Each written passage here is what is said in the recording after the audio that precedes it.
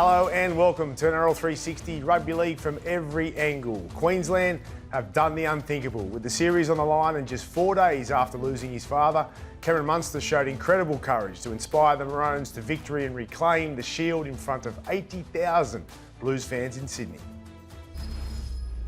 The Blues and the Maroons with everything to play for. This 2025 Origin Series gets decided right here. Holmes out of the line. Huge shot on Angus Crichton.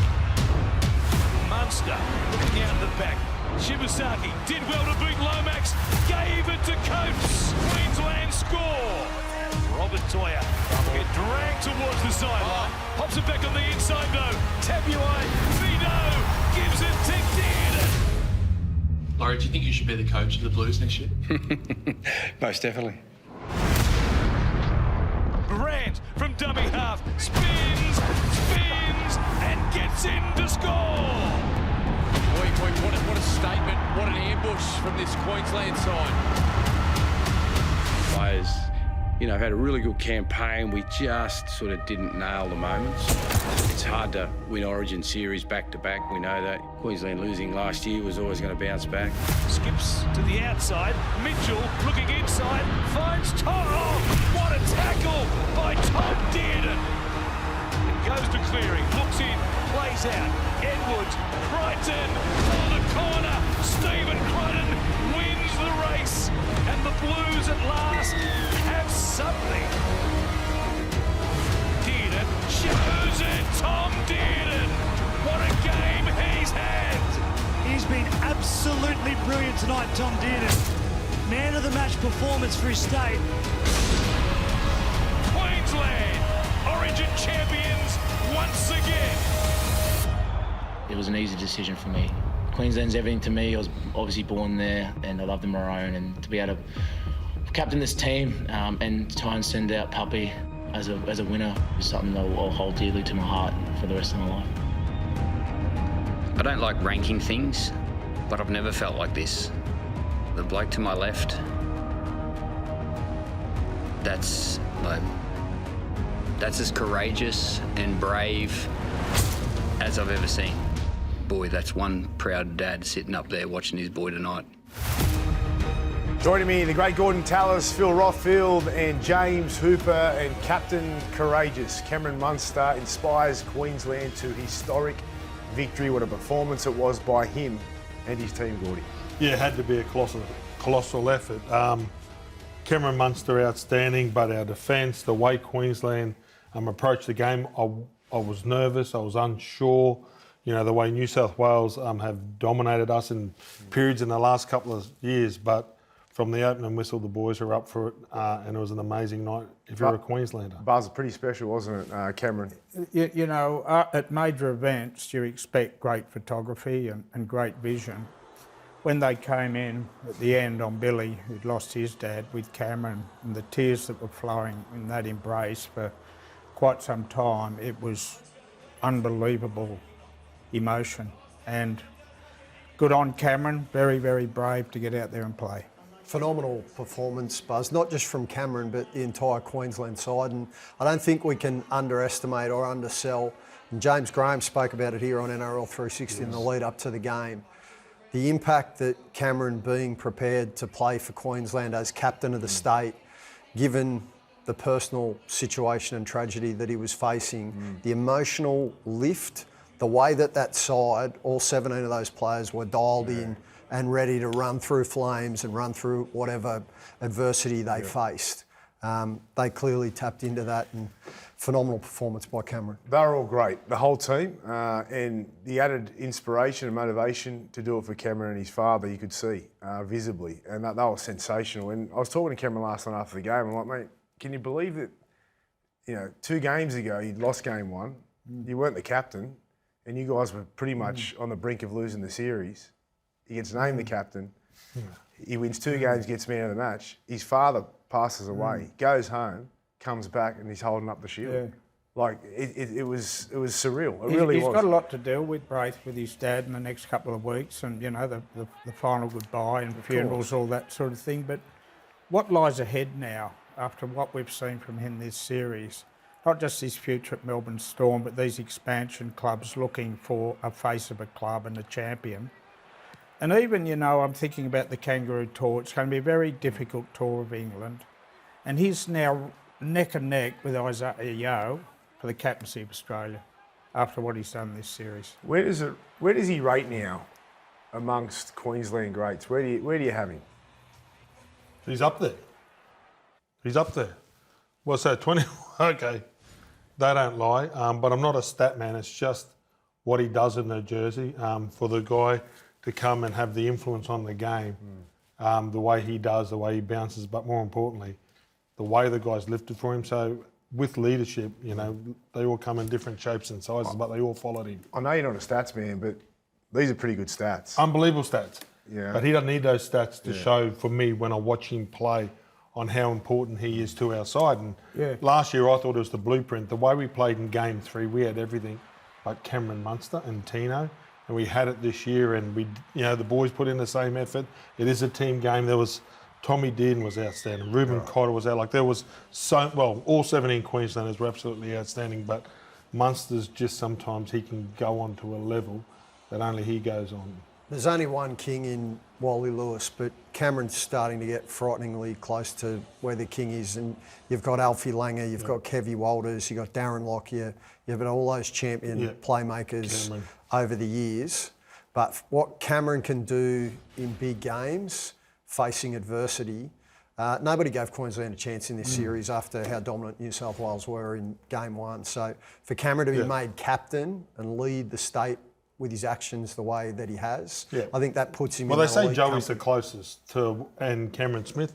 Well, if he gets one more man of the match performance out of those 34 guys, well, I think he's equal with those guys. Whenever Wally Lewis speaks at a lunch engagement, he does a lot of them in Brisbane, as sportsman's lunches, he always brings Cameron up, and he also always talks about he's up there with the greatest players to ever wear the jersey. So coming from the king, absolutely, that's enough. All right, let's look at Queensland a bit more broadly now. We'll start with Billy Slater and his coaching masterclass. Under huge pressure after Game 1, he made some big decisions, especially made change going into Game 3, and he has pulled everyone's pants down because what an effort it was by him, Gordy. Oh, yeah, look, obviously the changes and the pick and flick, well, we picked and flicked, but it worked for us.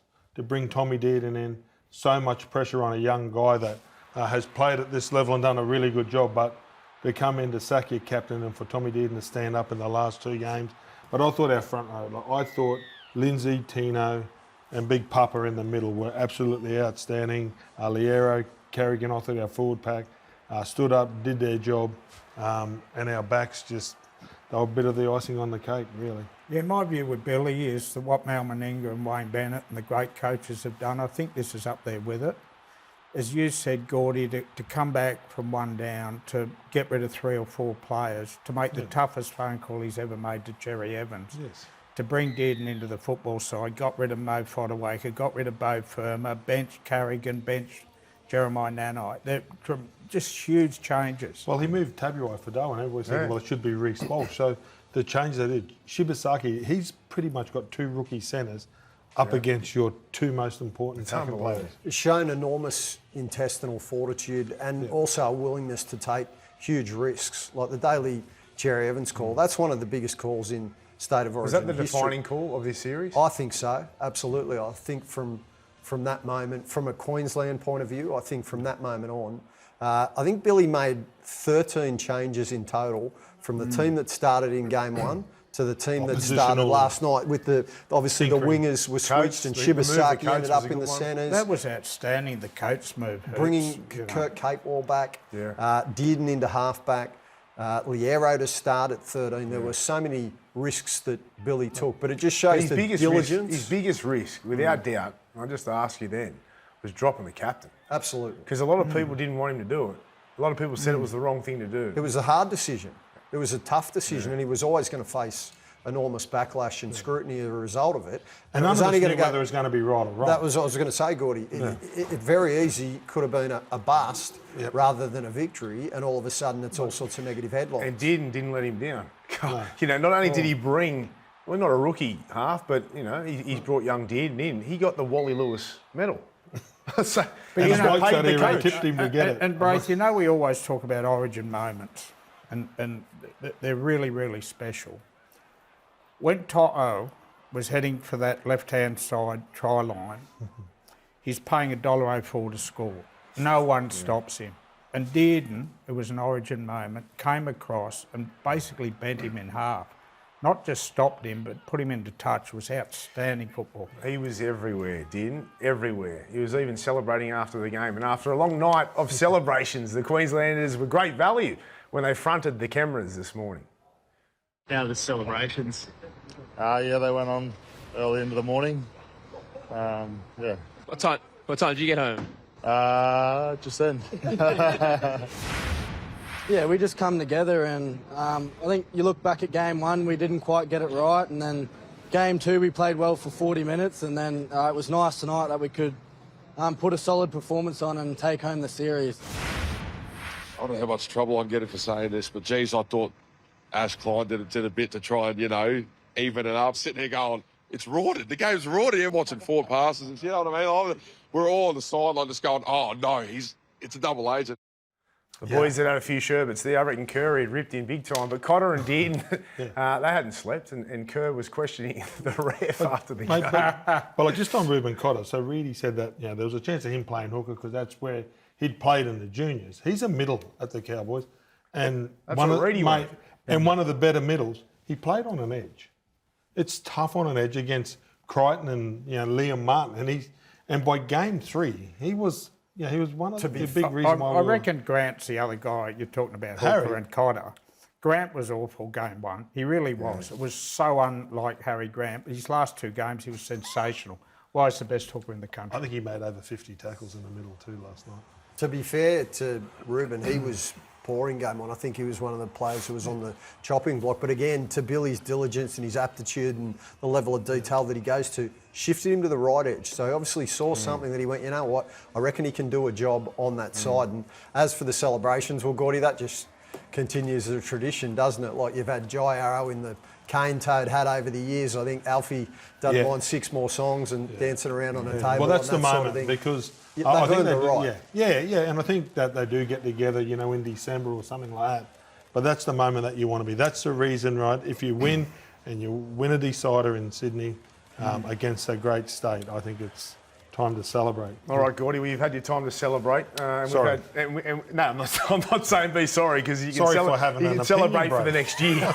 But we want to get to New South Wales and what happened. Now, I've been receiving text messages from the start of kickoff till right now from fans all across the country about New South Wales. They're in shock. They couldn't believe the result, as most of us couldn't as well.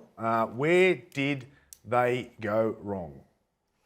We got an hour and a half. Look, I'll just say this. I've been trying to get Dave Trodden, the CEO of the New South Wales Rugby, the last 2 hours. He won't pick up. But after that performance last night and the first half in Perth, I think we do need a full review of the series, and which will involve the coach. You look at the staff Laurie was given: Frank Panisi, Craig Bellamy, Dean Young, Matt King, Brett White, and it was an unlosable, in my opinion, an unlosable series. If you match the players 1 to 17 against each other, our side's worth more. I'm telling you it is, but we did not turn up. And look, Braith, I looked at each half of the... Queensland only won 2 halves the whole series, but those 2 halves they won, they absolutely blasted off the park. And we need an explanation. All the people who are texting you, every fan in New South Wales, we need to do a full review into what went wrong. Well, what do you think, Buzz? Why'd they lose? It's a really hard one to explain because, as I said on paper, we're a better football side. In hindsight, it's easy to come in the next day and say, oh, should Luai have been 5'8"? Hasn't been setting the world on fire at the West Tigers. Would Matt Burton, who's been sensational for the Bulldogs, been a better option there? Do you even go further and look at someone like Ethan Strange at Canberra? He's got that side of it. He's a 5'8". You've got to look at Max King. You've got to look at the loss of Barnett in the front row. Really, really tough dude. And Max King, as a starting prop, couldn't duplicate what he did. As I said, you could spend an hour looking at it. The bottom line is it comes back... I don't want Laurie to go. I think Laurie deserves another chance. Why? just let me, before I say why, it is a coach's responsibility to ensure the team is presented for every game ready to go. And the last 2 games, they were not ready to go. They were flogged in the first half. Why does Laurie deserve another go? Because he's only had 1 year. And as I said, you go, and you'll bag me, Gordy will bag me. No, in Perth, we only lost that game on goal kicking. We scored 5 tries to 4. I'm not excusing the pathetic first half performance, but it's a fact. You can't excuse it. I can't. Yeah. What, do you want to sack him, Herbs? No, I think the biggest concern, and plenty of very good judges have said it, is that after a terrific performance in game 1, they saved their worst for last, and they got progressively worse over the course of the series, and it is a 3-game series.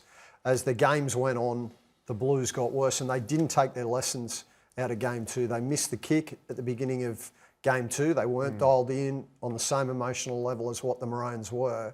And then in game 3, it was a very similar story. The Maroons just came out. Their line speed was phenomenal. The way they were rushing New South Wales's halves in defence and cutting down their time and space was on a different level. And we didn't appear to have a plan B. Joey Johns said that in commentary. I spoke to Joey after the game. You know, he said that Nathan Cleary at the moment, he hasn't got enough time in terms of what they're trying to create. I just think, like Laurie, he hasn't got the best record, right? What's it, 0-4 in deciders. 2 of those were in Sydney.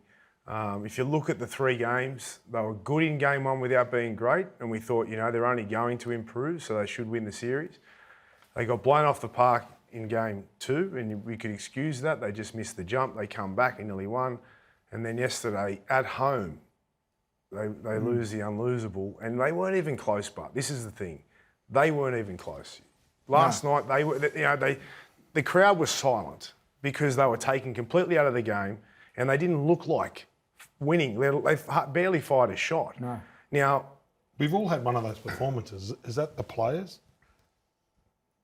Well, it's a combination of the players, yeah. Let's have a look at the moments that I think led to the Blues being in trouble last night. And it started with Luai.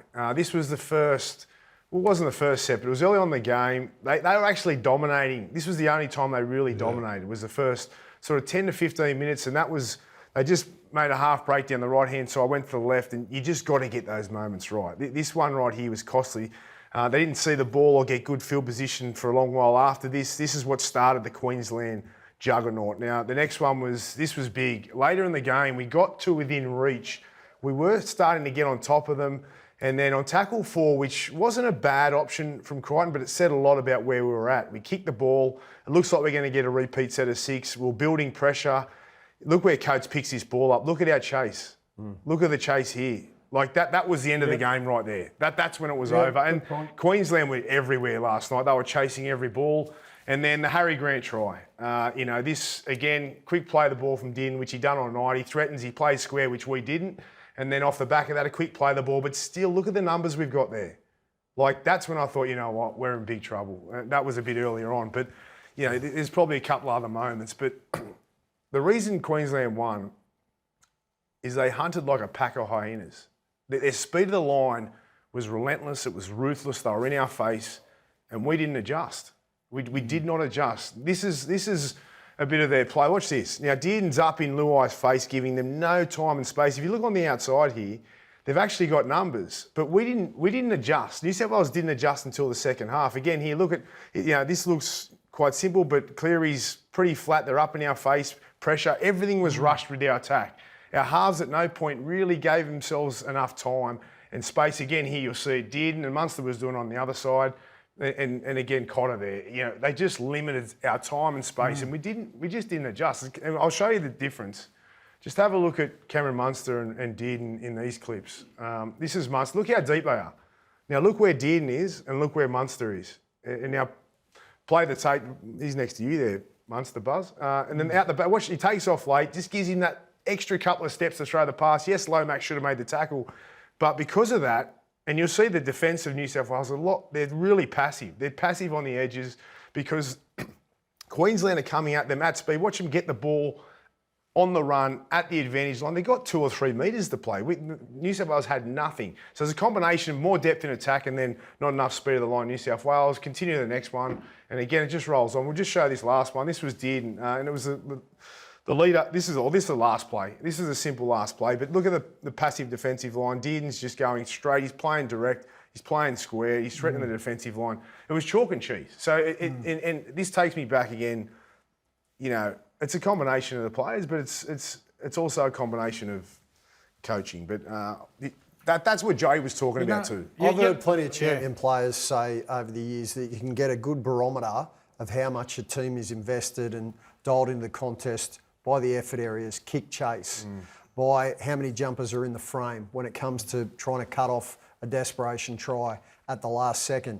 Yes, you know, Zach Lomax made a bad defensive decision early, but I think you can actually go back to when Mitch Moses got injured in camp in game 2. And Mitchell's style of being a halfback, Braith, and you can speak to this a lot better than I can, seems to suit State of Origin football better than what Nathan Cleary's does at this point in time. And, you know, Nathan has had a number of cracks. He's now 0-3 in series deciders. He is a champion player, out-and-out champion at club level. But for whatever reason, the Pantherised style of attack, it's come unstuck a couple of times now. This isn't the first series that we've lost off the back of trying to emulate a system that's worked at Penrith but hasn't been able to translate into State of Origin. And a huge part of that comes back to the coaching.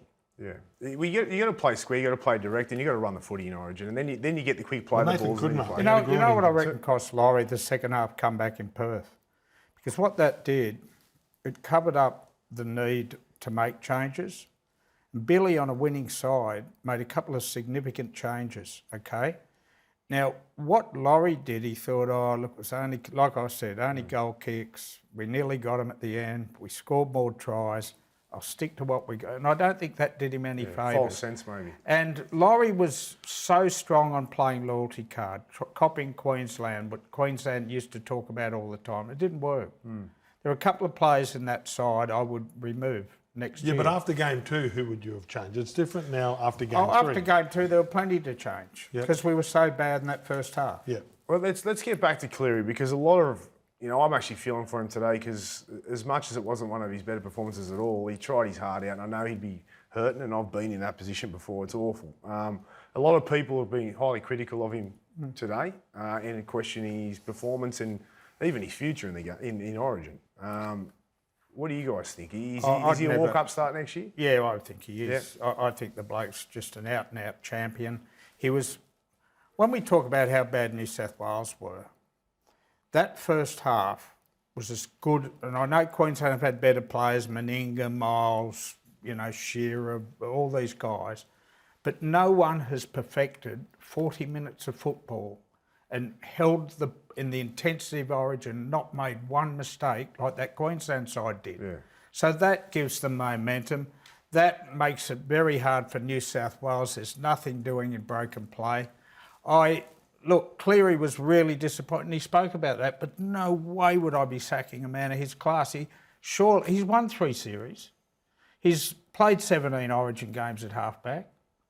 I think he deserves another crack. I think you've got to give him enormous credit, Buzz, for fronting up and addressing. He did not dodge one interview after the game last night, and he knew that all the questioning was going to be about the final frontier. You're now 8 and 9 in the starting number 7 jumper. We spoke to him in the lead up to the game about it on this show, and he addressed it. He said that he was aware of it, and it was something that he did want to conquer. That gave me, as a Blues supporter, that actually gave me quite a lot of confidence. You can't pin it all on Nathan, but I think the combination of Nathan with Mitch Moses worked so well in game 1, and we just saw Mitchell's all-round kicking game, direct running style. That worked brilliantly for New South Wales in last year's series and in the opening game this year. So the kicking game cost us in games 2 and 3. Well, what was Nathan's normally such a judicious pinpoint. So his groin must be written out, but his groin must be really sore because, you know, everybody said he didn't have a running game. The last couple of years, his running game's been sublime. That's what's got him all those moments, but he wasn't... Well, he ran the ball plenty good. He just didn't have any time or space because the Maroons suffocated him with that umbrella. That's where we needed to adjust, and I showed it before.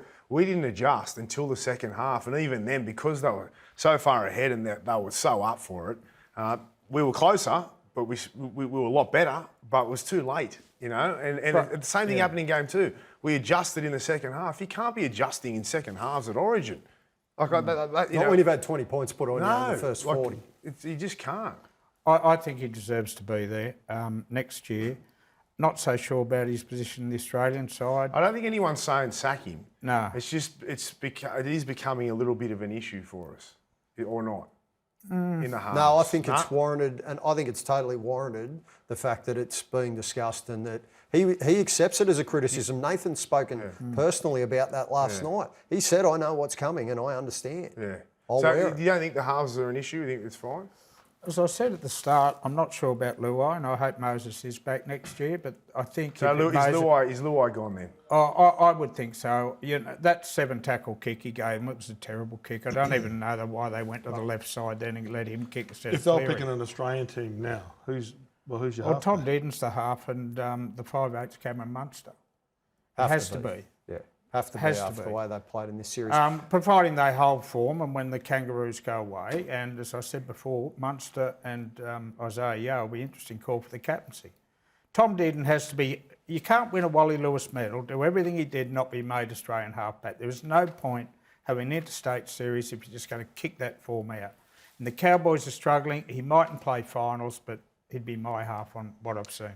So moving forward for New South Wales, it's Cleary and Moses, and hopefully Moses is fit for next year, and that's kind of the halves, isn't it? I think so, until the Katoas come through, until Stranger's ready. I think they will be a wonderful 5'8". What if Katoa's flying next year? He's had another year under his belt. He comes out and just we're in awe of his performances for the first couple of months of the year. What happens there? I reckon I'd, given the way that Billy Slater dropped Daly Cherry Evans in this year's series, he might be prepared to make a hard decision if he was in. He might those give Cleary shoes. game 1, then decide, same as Slater did. It's interesting, isn't it? It is. So now you're sacking Cleary. No, I'm joking. I'm not, and I've defended him, and I've put him on a pedestal higher than most because of 4 straight titles and 5 straight grand finals. And he deserves to be there. He does. All right, stick around, journos. Up next, Cameron Serrato. Let's rip over the constant questions around Lachlan Galvin.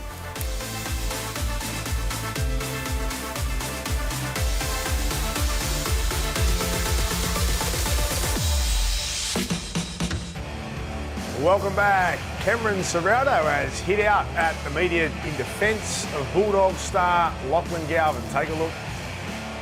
Yeah, I thought he's done a good job off the bench a couple of times there. He's also done a really good job when he started games as well. There's a few errors he would have liked to take back last week. While they were pressure passes, a couple of them should have been caught as well. So he's learning every day. He's putting in the hard work. He's a 19-year-old kid who's changed clubs mid-year. I don't know why there is so much attention on him. Some of the commentary around him is ridiculous.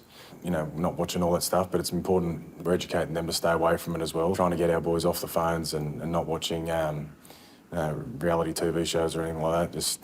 Just keep reinforcing that their reference points of their performance are in these 4 walls. Cameron Serrato, he blasts commentary around Galvin. Reality TV shows. I don't mind the old reality TV show. No, is he talking about us? Buzz is a maths fan, I think. I love maths. You love maths, maths. don't you? I love it. He's talking about his Mate, boss, Gus. You should go on. Can I just say this? I think Cameron Serrato is a wonderful rugby league coach. He's not a television producer. He's not a newspaper editor. The man who created all the publicity around Lachlan Galvin was his general manager of football, Phil Gould, who didn't have him on the radar, said he was the best teenager ever.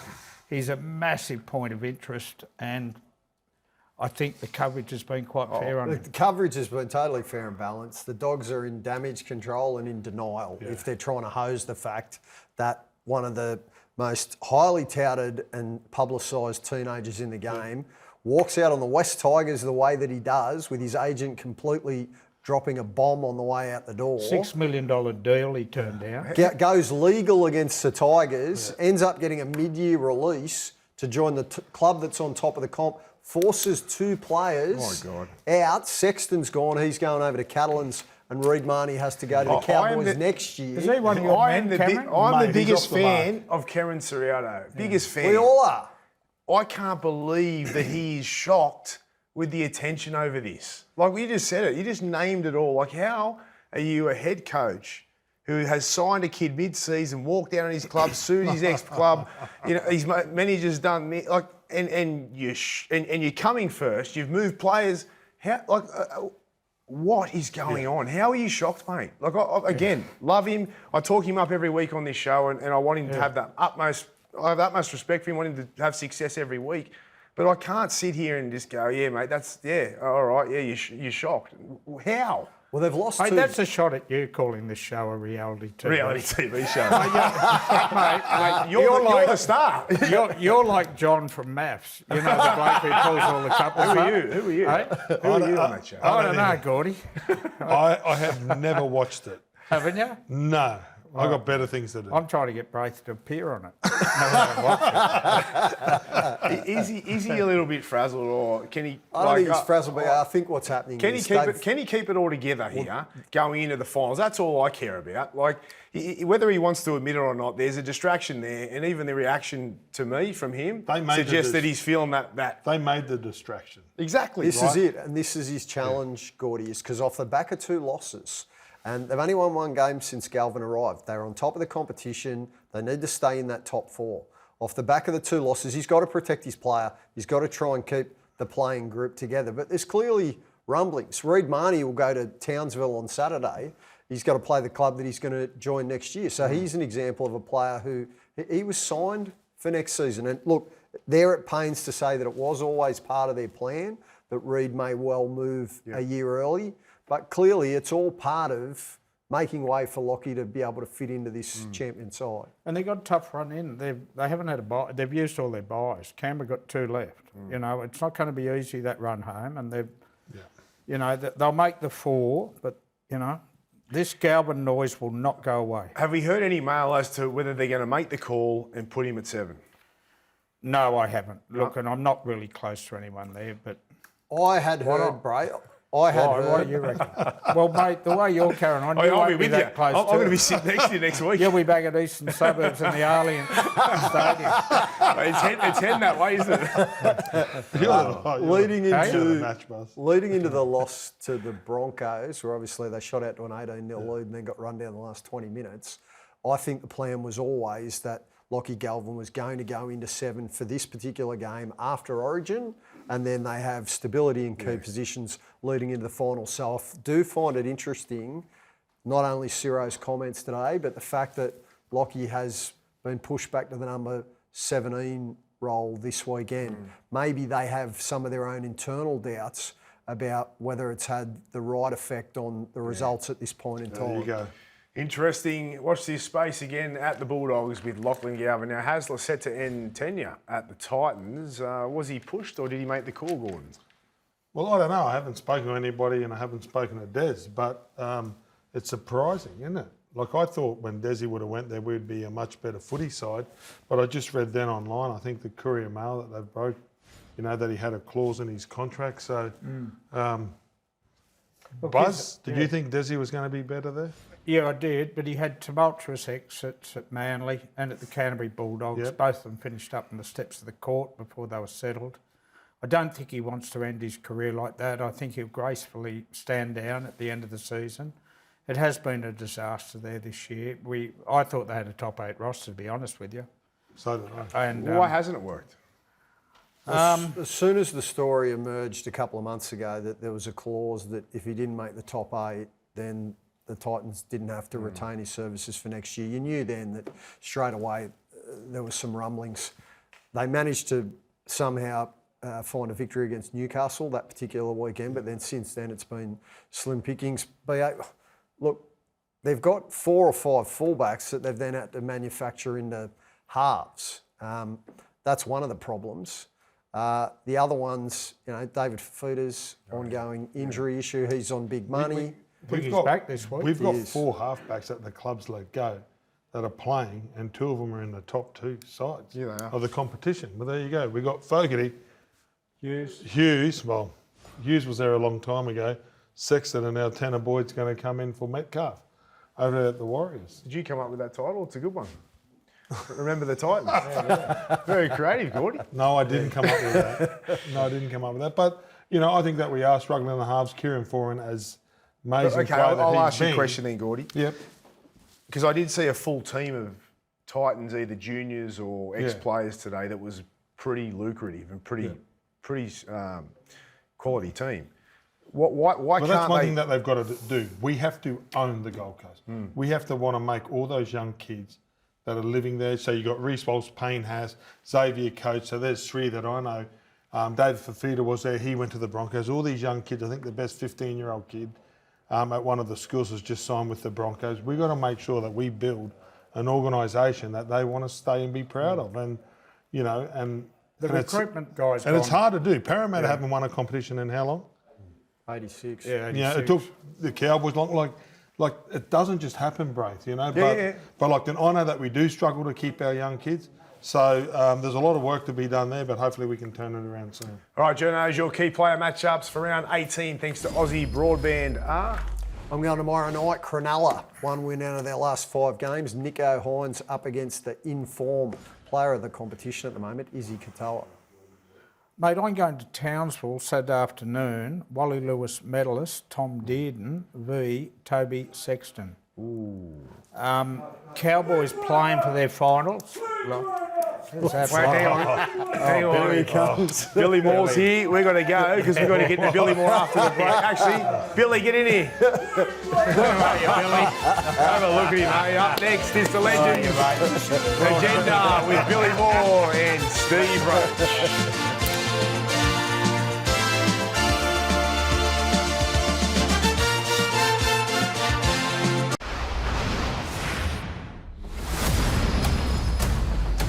Perfect with the footy so far, 6 from 6. New South Wales. Oh, Holmes out of the line. Huge shot on Angus Crichton. Put him in the ejector seat. Tremendous carry. Sends Ruben Cotter-Skitling. Robert Toya came out a bit dusty from that contact as well. Big carry. Munster in there, back well as well. You see that problem for Liam Martin off the back of that collision. Welcome back. Those were the crunch time hits of Origin. Thanks to Red Rooster. Time now for the Legends Agenda with Billy Moore and Steve Roach, the Queenslander chant. What about that? Was that your idea? No, just came out natural. But I swapped seats because we want the winners on one side. How many times did you sing that out last night? Plenty. I can hear you over 80,000. I spent all day at the hardware store trying to get a larger cabinet to put all our shields in. Would have bought you a few houses, that champ. Surely buying you a building. So. All right. Don't kiss and tell, mate. What about Cameron Munster? I'll start with you, Billy, because you are the winner. He was fantastic, wasn't he? Just the whole series, really. Yeah. He lifted when he was given the captaincy game too. I always suspected he had that sort of mindset or personality. The more responsibility, the more he'd lift, and he did exactly that. He, as a player, he lifted. As a leader, he lifted. And then what he did in Game 3, my heart goes out to him and his family. That is off the charts. And you could see the Queensland team could say, well, if you've got this problem, we're going to lift behind you. And you could see the whole team rallied around him. Where do you rank him? I asked the guy at the journos and Gordy earlier amongst the greats of Queensland. Top 5. He's in that very lofty department where he's with the superstars. Would you? It just takes a special person to be able to do that. You know, I was thinking about the way that I am, mate. I wouldn't have been able to do it. I don't know how he did it. You know, just to come out and play, and you know, you're right, Billy. You know, when you play with a bloke like that, and they lose their father or their mother, and all of a sudden you want to live for them. You know, you want to take the burden off them in any way that you can. So, you know, getting in and trying to help them. But I don't want to take anything away from Queensland. They were sensational last night. I was sitting there at the game and I was watching it, and I'm going to myself, when's there going to be a turning point for us? Yeah. When are we going to make a statement defensively? You know, I've seen it a lot of times when games can turn around, and it just didn't happen. Being there, Queensland took the crowd completely out of it, and it was just flat. I don't understand how. I don't really understand how we can play in a decider and not be up for it. I couldn't believe my eyes, to tell you the truth. 81,000 there. I was up high. There was 79,000. I've never seen so many blue jerseys. Yeah, they come there loud and proud. How do you shut up 79,000 Blues people? Well, you play well. You don't make a mistake for 70 minutes. We played out of our skin, and as you said, it took the New South Wales crowd out of it. Yeah, Billy, just on the other thing too, I reckon New South Wales would have had a focus on on Munster's running game, right? So they would have been, let's stop him. And all of a sudden, what that does is it frees up a bloke who plays direct at the line like Dearden. Yeah. And mate, wasn't he brilliant? Now, you've got to remember, he was off the bench in the first game, plays in the second, plays in the third, and wins the Wally Lewis medal. Yeah. What sort of effort's that? Block, obviously, the coaches are under more pressure now in State of Origin than I think that they've ever been. Billy made some huge calls. What do you think of his performance? Yeah, look, we're a shandy away from winning, really. If you look at game 2, if they convert, but you should have won with the side. But Queensland, it just goes to show you just don't give them any sort of sniff, any sort of time to actually put you to the sword, and they did that yesterday. I mean last night, and mate, it was just unbelievable. And the big thing for me with the Queensland performance last night was the things that they did you can't catch. Mate, desire, will. Mate, I was watching, and mate, all the highlights and everything was all about the halves, right? But I was watching Cotter and some of his cover defence. Now, if you picked an Australian side, you would probably still doubt whether you're going to pick this guy in your footy side. But, mate, his desire and the way that he makes tackles in this game and the way he gets himself across, that was a... Mate, what a tackle, what a tackle. I was thinking about that. How hard is that to tackle? You watch how many people that To'o can beat week in and week out, and he runs over. Didn't put him in row 27. Yeah. One other thing that you guys have touched on, Slater's decision, which has been brilliant. One thing that the real slight nuance is he put Carrigan on the bench. And Collins on the bench. So Liero did a great job in 13. And mate, he's put himself in the framework for a decade. But having Carrigan come off the bench and Collins, game 1, New South Wales blew us off the park. Their bench was too good. When you brought Carrigan off the bench, and it's probably something the Bronx should look at, I just reckon it just kept the go for it happening. Queensland didn't lose momentum. We steamrolled game 2 first half. But that performance last night, when those boys come off the bench, Collins and Carrigan, I thought that was the difference because our intensity didn't lift. It stayed at a level and it just gave so much front foot football to the 7. Really, I'm always one for the big 1-2 punch in big games. When you have a look at Papa Lee come on, albeit, he lasted 15 minutes, but I'll tell you what, Tino, in my opinion, and has been a great player of the series, he's a wonderful player, I love the way he plays, but I could see him lift playing next to Papa. And poor old Payne Haas was, mate, he played well, Payne Haas, but not a lot of injury, but you get out there. Yeah. But he's injured. But I'll tell you what, he had a big dig, but what I'm saying is they too outed him. Yeah. So you had that 1-2 punch and away Queensland went. He does, and that's why I just think that when you rotate the bench, so when our big guys got tired in the middle, you bring in Carrigan and Collins off the bench, made a huge difference to us. What about Nathan Cleary? Why do we think he hasn't been able to completely dominate Origin? I thought long and hard about it, and the only thing I can come down to is a simple fact. The Penrith style of play doesn't suit Origin because the line speed doesn't stop. The line speed, minute 79, is as fast as the minute 1. In club footy, even when you make the finals, it slows. And the bench players at Clubland aren't internationals like they are in Origin. That's all I can put it down to, is the deep style that Yo and Cleary play makes it difficult, and then all of a sudden Luai's playing 2 side to side. And that doesn't suit. I just couldn't believe you didn't bring your Rolls-Royce centres into play like I thought you would. Couldn't get him the ball, their line speed was because our line speed kept coming forward. Yeah. That's all I can think about, because the guy, he's won 4 comps. He's a superstar, but I just think maybe that nuance of our line speed doesn't suit the longevity of that sort of thing, and everyone talking about it, year in and year out, about Nathan Cleary not dominating Origin. The longer his career goes on, the more it gets in his head. You're only human. Don't you reckon? Of course, it gets in your melon. All of a sudden you're saying, oh, geez, I don't know. Especially when you go and win a comp every year. So it would be playing. I mean, he'd want to extinguish that fire. He has won Origins, but I just think that's maybe the only thing I can put my finger on. He's played 17 Origins, That's crazy. When I looked at it, I was like, that's a fair number of Origins. What about Jerome Luai? Thoughts on him? Well, I just think I think he's suffering a little bit. And I said it last time in game 2. When he's got the ball, I'm a bit jittery myself. I'm going, what's he going to do?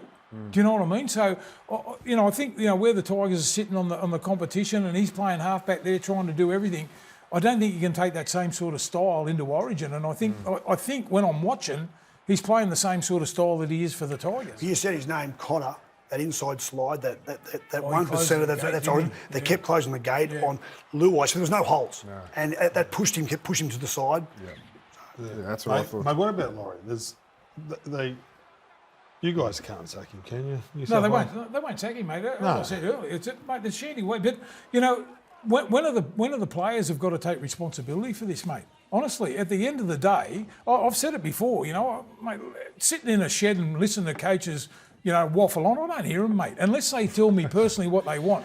Honestly, mate. Was the problem with Game 3, the New South Wales comeback in Game 2, it band-aided a few cracks that might have been in the roster? I think it did, because let's be honest, when you get to a lead like Queensland would you have made any changes after Game 2? I wouldn't have. No, I didn't mind the fact that he stuck solid. That's right. I like the fact he stuck solid. Like, I gave him a rap for that. Yeah. It's what you do with that team. Like, if we got a much better team supposedly on paper than Queensland, and look how Queensland played. And you talk about effort areas where they beat us to the punch. When you talk about desire, you talk about speed of the line, you talk about scrambling defence. The amount of our own jerseys in the frame compared to Blues and all that comes down to preparation and motivation to get your players and you up. got Papa coming into the team was a masterstroke. Especially when you think, unfortunately, Munster was away for camp for 3 days. Papa being there was a great. It wasn't luck, but by having him there, everyone in the camp could lead to that father figure, and he filled that void. The captain's gone for 3 days, and Papa did his job. You know the other thing, I thought his insight into how to produce big results in big games, people like Tino would have let off. You know the other thing, Billy, and I watched the game pretty closely, what Queensland were doing. Their second stints were as good, or if not better, than their first stints, both of them. Yeah. So they led the way in the first 20 minutes, and all of a sudden they go off and they come back on and they do exactly the same thing. All right, boys, now it's time for What Are You Loving? Thanks to Macca's. What do you got for this weekend? Mate, I'm loving all the players back into the premiership. We've got a log pile of teams, the race to the semi-finals. I can't wait to the end of the season. Super Saturday, Game 3, Cowboys v Dogs. Are the Dogs in a hole? They've lost 2 in a row. What's the story? What's the story? It's a big game for them. Thank you, legends. Great work. Tonight, following NRL 360, it's the NRLW on Fox League. Yes, thanks, Braith. Round 2 of the NRLW gets underway at Campbelltown Stadium tonight. It's the West Tigers up against the Bulldogs. Sammy Bremner, Cormac Baxter. What are you most looking forward to in this one, Sammy? I think the Tigers are due for a win. We've seen it last season. They are capable of it, and I think they're well overdue. They've got some good shape, some good players, and I think tonight's the night. I'm most looking forward to the forward matchup. I think they both have really strong packs and they're going to be after it tonight. Yeah, Bulldogs looking to make it 2 from 2. Sammy sounds like she's going for the Tigers. We'll be with you right after 360 for a full match preview.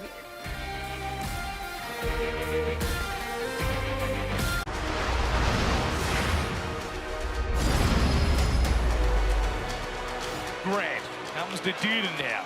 Munster looking out the back. Shibasaki did well to beat Lomax, gave it to Coates. Queensland score. Goal kicking will be absolutely vital. He creamed his first one. Starts it out to the right-hand side, bending back. He's got his kicking boots on again tonight, turning 4 into 6. Welcome back. That was Valentine Holmes making his mark thanks to Steel Blue Boots, established in comfy. Gordy, he's done it again to us. He's done it again to us. I didn't do anything, mate. The 17 guys. Queensland too good for New South Wales. We've got another 12 months to go. All right, that's it for NRL 360. Now it's time for NRLW on Fox.